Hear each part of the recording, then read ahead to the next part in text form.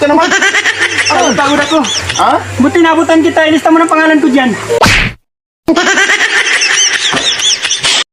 Ay, ganda. Magbago na kayo ba? Ayuda?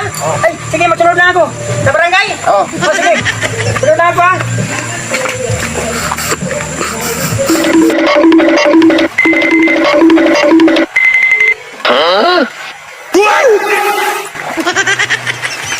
Sir, Nakakagulat ka naman.